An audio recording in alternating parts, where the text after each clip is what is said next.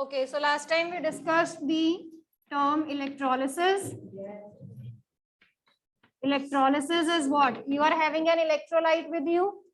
Okay, for example, any salt, NaCl ले लिया मैंने. Okay, this is salt, sodium chloride. So what is there in the electrolysis? This salt, this basically electrolyte that I have taken, it will decompose. So decomposition of electrolyte present in the solution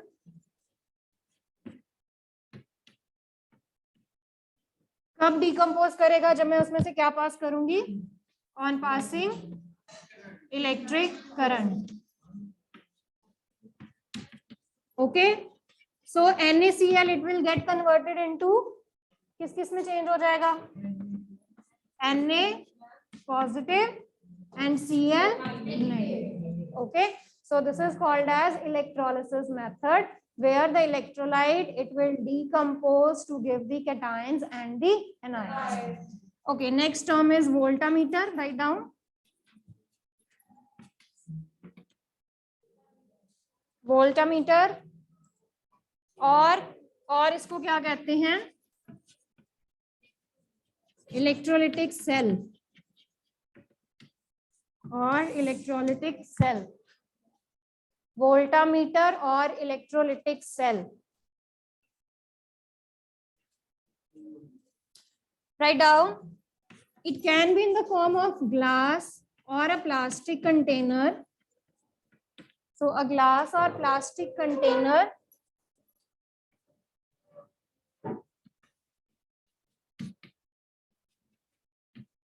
containing electrodes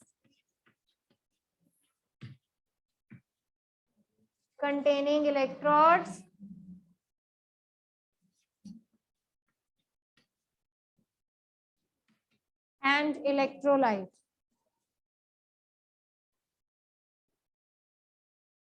Okay, so voltmeter और electrolytic cell, ऐसे में हमेशा container बनाते हैं हम, उस container में अपने इलेक्ट्रोड्स और सेल्स रखते हैं हम. ओके, सो ये जो यहाँ पर मैंने कंटेनर बनाया हुआ है, which is actually having the electrodes, okay, and the electrolyte. इस बीकर के अंदर क्या डालती हूँ मैं? इलेक्ट्रोड्स डालती हूँ और इलेक्ट्रोलाइट डालती हूँ. Okay, so this is known as voltameter और इलेक्ट्रोलिटिक सेल. इसको हम क्या कहते हैं?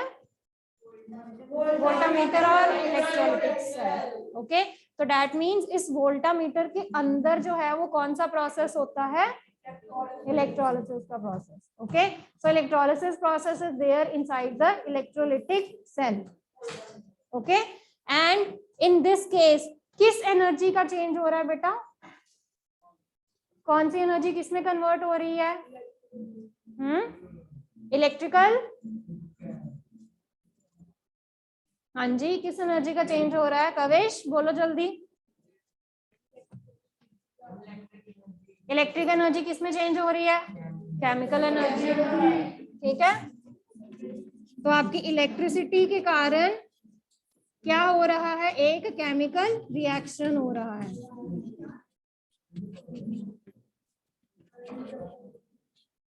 So here the electrical energy that gets converted into the chemical energy inside the electrolytic cell.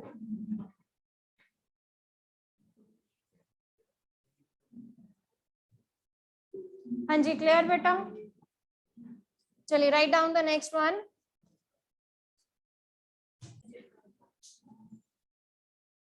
Okay, so last time we discussed about the electroplating method. उसमें किसी को कोई डाउट बेटा? इलेक्ट्रोप्लेटिंग में हंस रहे हो? समझ आया?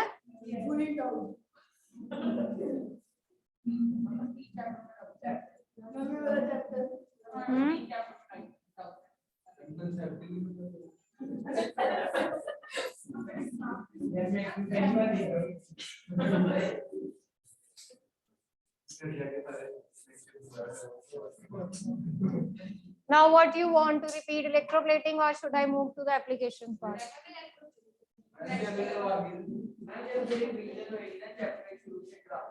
अच्छा,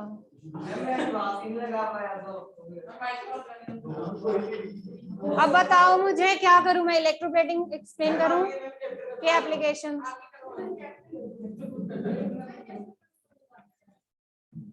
बहुत अच्छी बात है।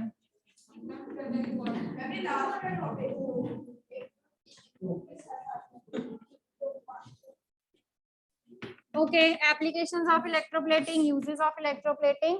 सिंपली इलेक्ट्रोप्लेटिंग का मतलब क्या होता है? इलेक्ट्रोप्लेटिंग का मतलब क्या है कि एक मेटल के ऊपर आपने दूसरे मेटल की क्या करनी है, लेयरिंग करनी है, that is electroplating.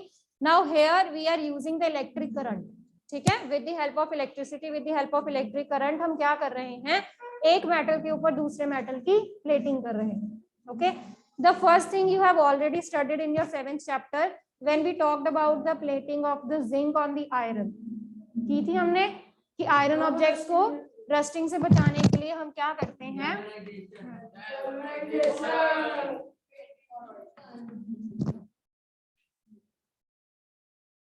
so protection method, electroplating, it can be used in a way to protect one metal, okay, from the rusting. So here you know the iron, it is most widely used metal, पता है ना, हर चीज में iron use होता है, okay, and it gets rusted very very easily, easily rust हो जाता है, easily corrode हो जाता है, right?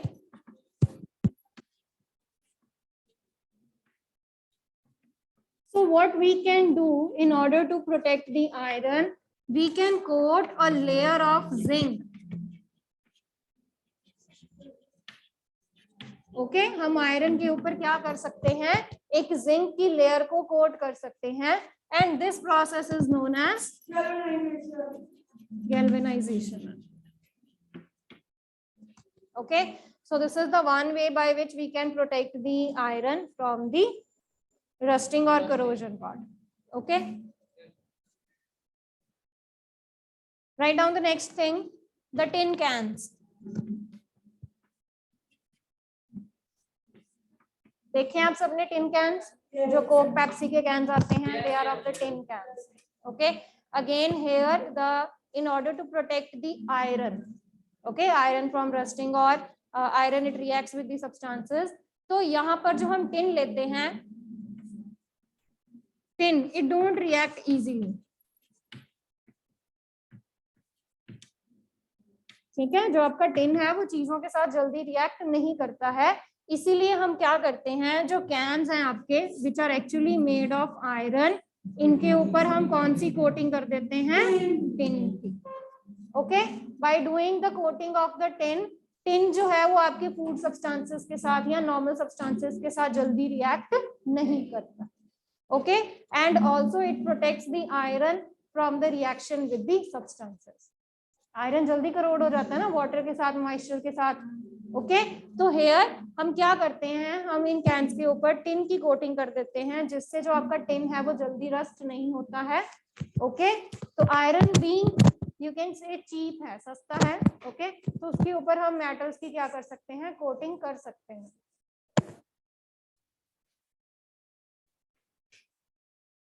So this is the first method of protection. Now coming to the second one, write down the second one is jewelry.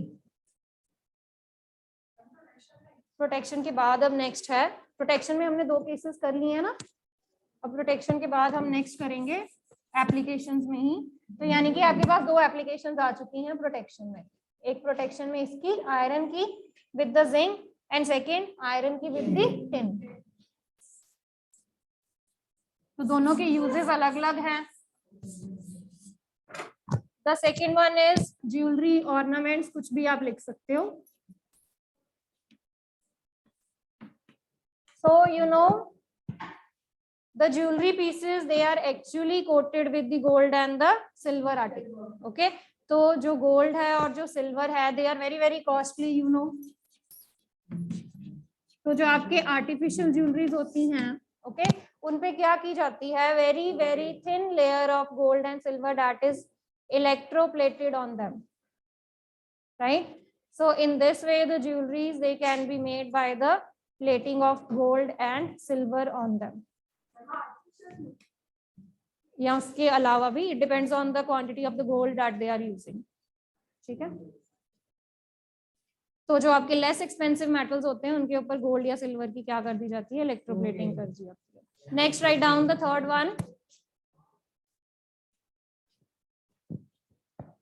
Chromium plating.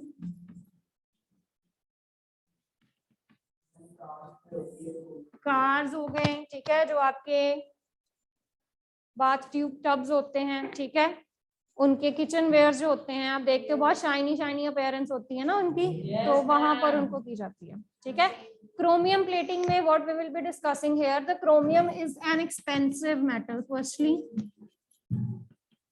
Okay, but that is very very shiny in appearance.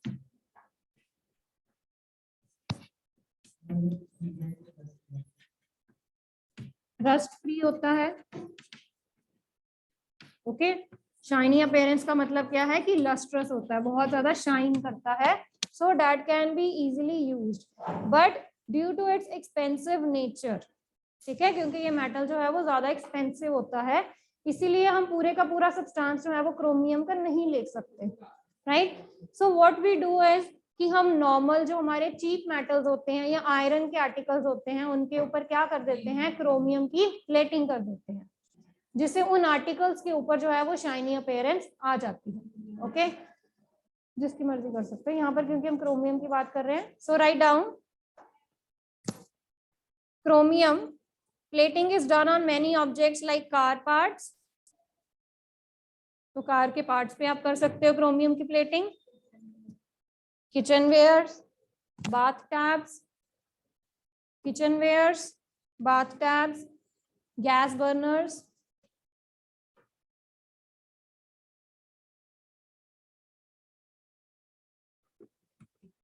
bicycle handles, wheel rims,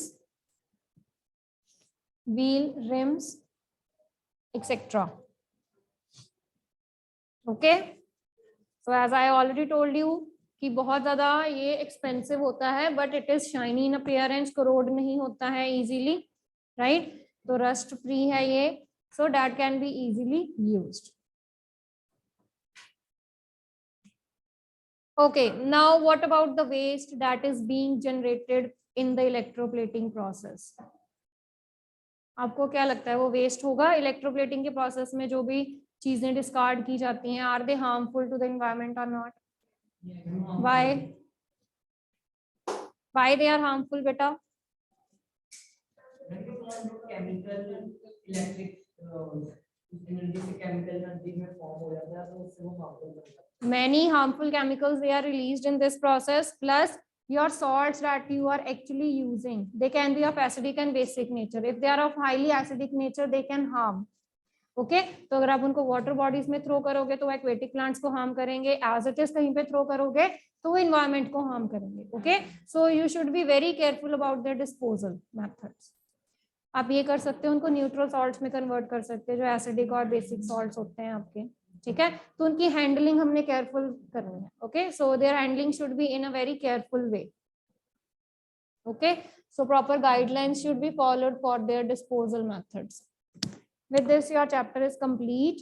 blue box question, there is one blue box question, please listen carefully. After doing the electroplating activity, if Paheli interchange the electrodes, जहां पर उसने दोनों जो हैं वो copper के electrodes ली हैं, अगर वो इस एक्टिविटी में जो इलेक्ट्रोड्स हैं उनको इंटरचेंज कर देती है, so what she will notice. जो दो रॉड्स हैं कॉपर की, ठीक है, अगर वो उनको इंटरचेंज कर देती है, यानी कि जो एनोड पे लगी थी उसको कैथोड पे कर दिया और जो कैथोड पे लगी है उसको एनोड पे कर दिया, तो व्हाट विल हैपन?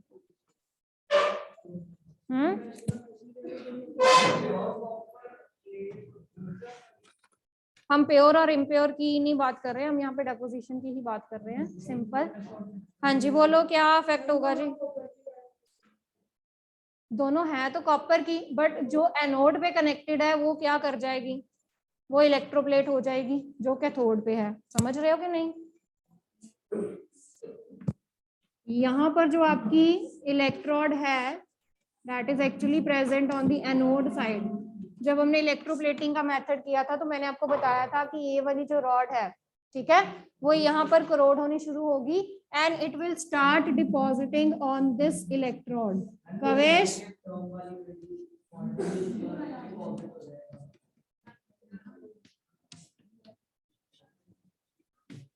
तो बताया था ना मैंने आपको, धीरे धीरे ये करोड होती जाएगी and here after corrosion it will deposit here, तो यहाँ पर वो डिपॉजिट होती जाएगी। ओके तो अगर आपके दोनों इलेक्ट्रोड सेम हैं, अगर उसने इंटरचेंज भी कर दिया स्टिल दे आर सेम, तो व्हाट विल हैपन, जो एनोड वाली है वो डिकम्पोज कर जाएगी, ठीक है, हाँ, उसके ऊपर वो डिपॉजिट हो जाएगी, राइट। तो again she will notice the same thing, the anode that is going to deposit on the cathode. Okay, another question, another blue box question. If the Bujo could not get one copper plate, okay, Bujo could get only one copper plate and by connecting the carbon rod in place of the copper plate which was connected to the negative terminal. अब आ गया ना, carbon की बात आ गई। अब जहां पर negative terminal है, किसकी बात कर रहे हैं यहाँ पे हम, तो यहाँ पर अगर उसने कार्बन की बजाय, सॉरी, कॉपर की बजाय कार्बन की रॉड लगा दी है, so what she will notice now, copper की जगह, दोनों पहले कॉपर की प्लेट्स थी ना, अब एक कॉपर की प्लेट है और एक कार्बन की प्लेट है, क्या होगा अब इस प्रोसेस में? हाँ जी बेटा, क्या नोटिस करेगी वो, अकुल बताओ। हर बारी एनोड ने ही क्या करना है, डिग्रेड करना है, तो ये वाली जो है वो यहाँ पर डिपॉजिट हो जाएगी। अब यहाँ पर जो कॉपर की रॉड है वो किसके ऊपर डिपॉजिट हो जाएगी, कार्बन के ऊपर, ठीक है। तो यहाँ पर जो कॉपर की रॉड है वो क्या कर जाएगी, वो इलेक्ट्रोप्लेट हो जाएगी, और वो, नहीं समझ आया तो क्या पूछ रहे हो उससे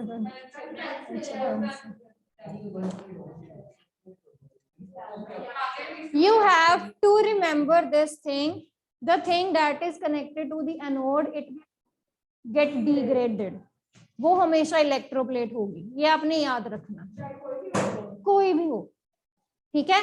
और जो कैथोड पे आपने लगाया हुआ है वो उसके ऊपर इलेक्ट्रोप्लेट होगी, ठीक है। तो कैथोड आप कोई भी ले लो, कैथोड तो आप कोई भी ले सकते हो। अब जैसे मैं करवा रही हूँ, मैंने गैल्वेनाइजेशन का मेथड करना है, सपोज मैंने आयरन को किसके ऊपर डिपॉजिट करवाना है,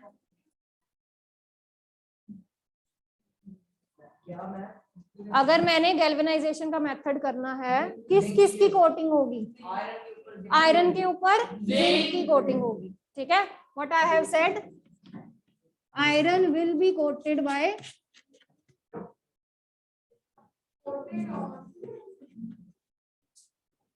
तो मैं यहाँ पर कैथोड क्या लूंगी फिर, iron will be coated by zinc, तो मैं कैथोड क्या लूंगी, आयरन, ओके। तो फिर वो आयरन की रॉड बन जाएगी और ये क्या बन जाएगा, जिंक, ठीक है। एनोड क्या बन जाएगा, जिंक, ठीक है, समझ आया अब?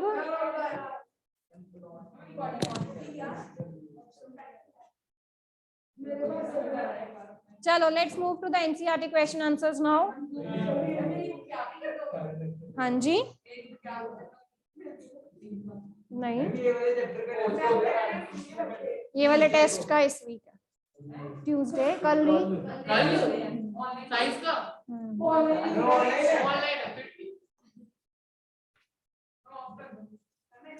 मैं ले सकती हूँ अपने पीरियड में, जरूरी नहीं है कि ऑनलाइन ही होगा। आप बहुत लाइटली इस चैप्टर को लेके बैठे हुए हो ना, हाँ, that's why you are very very attentive in listening. Okay शब्द, stand up.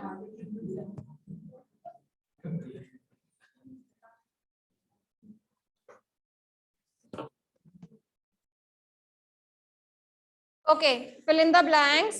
NCERT question answers. Open your NCERT books now. Those who are having NCERT book, they can open their books. Okay, yes, Shab. Most liquids that conduct electricity are the solutions of dash, dash and dash.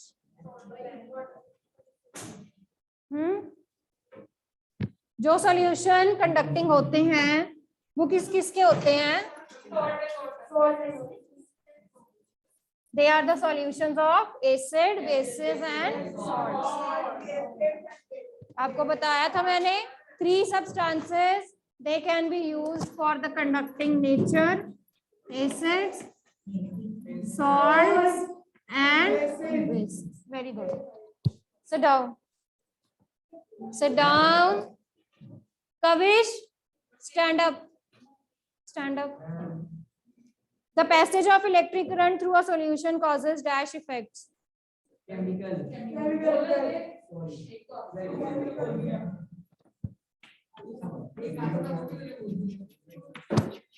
So the second is chemical effect. तो भी हम पढ़ के आए हैं कि जब भी आप इलेक्ट्रिक करंट किसी सॉल्यूशन में से पास करते हो, that is going to cause chemical reactions. If you pass current through copper sulfate solution, the copper gets deposited on the plate connecting to dash terminal of the battery. Negative. अभी बताया ना? Yes. शुक्र है, कुछ तो समझ आया.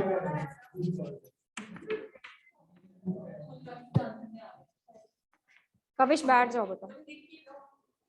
The process of depositing a layer of any desired material, Tanmay, stand up.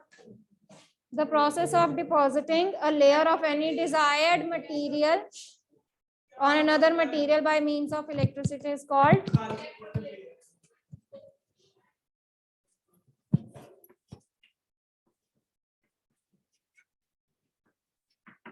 Tanmay, next का भी आंसर दो. When the free ends of a tester are dipped into a solution, the magnetic needle shows deflection. Why? जब tester के free ends जो थे वो पानी में डाले, एक सॉल्यूशन में डाले उन्होंने, तो जो मैग्नेटिक नीडल थी, it was showing the deflection. Why? शब्द, sit straight. Wear your mask.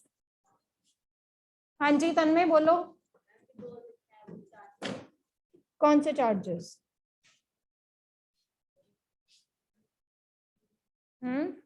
Which charges beta? Yes, Rudransh. When the free ends of the tester they are put in the solution, the magnetic needle it shows deflection. Magnetic needle deflection क्यों show कर रही है?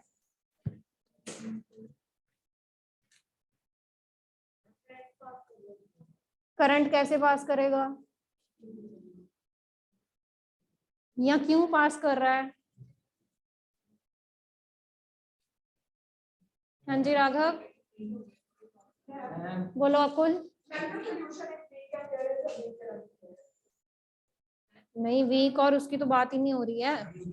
Liquid जो है वो electricity conduct करता है क्योंकि यहाँ पर उन्होंने ये नहीं कहा कि बहुत मैग्नेटिक नीडल में कम रिफ्लेक्शन हो रही है या ज्यादा हो रही है. दे आर जस्ट सेइंग कि magnetic needle it shows reflection. Okay, so what about the nature of the solution then?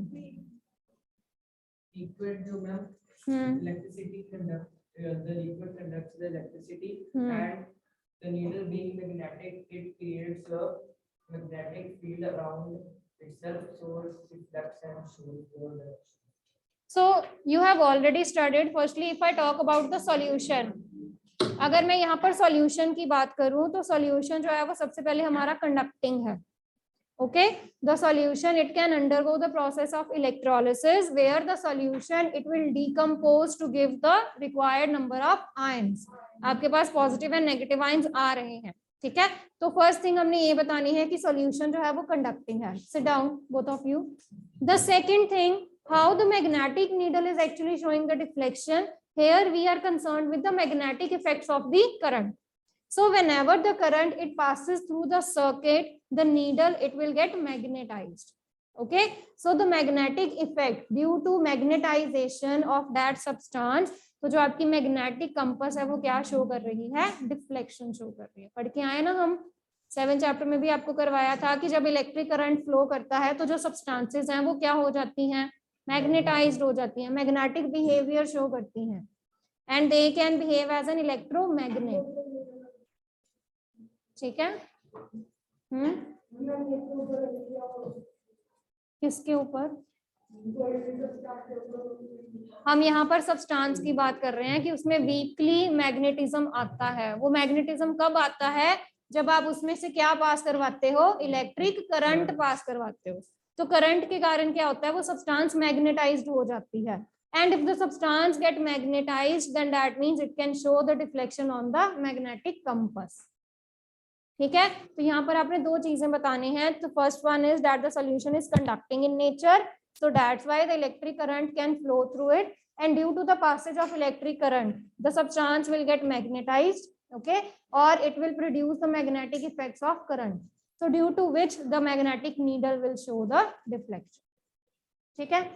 Now coming to the second point or third question, name 3 liquids which when tested in a manner shown in the figure 14.9 they may cause the magnetic needle to deflect. हाँ जी राघव, कौन कौन से solutions लोगे जो conductivity करेंगे? उस दिन मैंने पूरी एक्टिविटी दिखाई थी, थे प्रैक्टिकल में?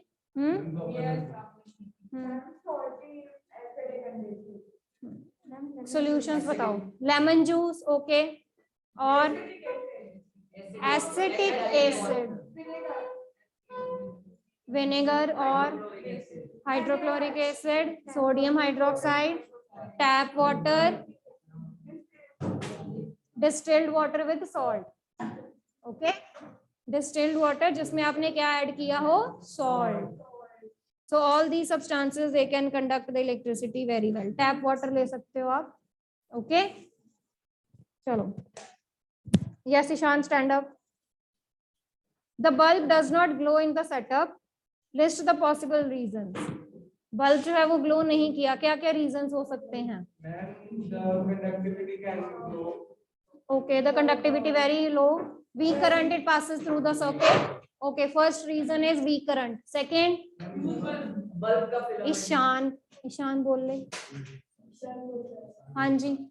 When the bulb can be fused. Okay, the bulb can be fused. One, very good. और बस कनेक्शंस में भी लूज, ठीक है, वायर्स जो है वो इजीली कनेक्ट नहीं हुई है, बैटरी में भी यूज्ड अप, ठीक है, बैटरी जो है वो आपकी वीक है या बिल्कुल डेड है, that is used up, cells और बैटरी वो हो गया, कनेक्शन लूज है। और very good, liquid can be non conducting in nature, ठीक है। तो we have done the 5 reasons down. हाँ जी माधव, कौन कौन से 5 रीजंस पढ़े हमने अभी?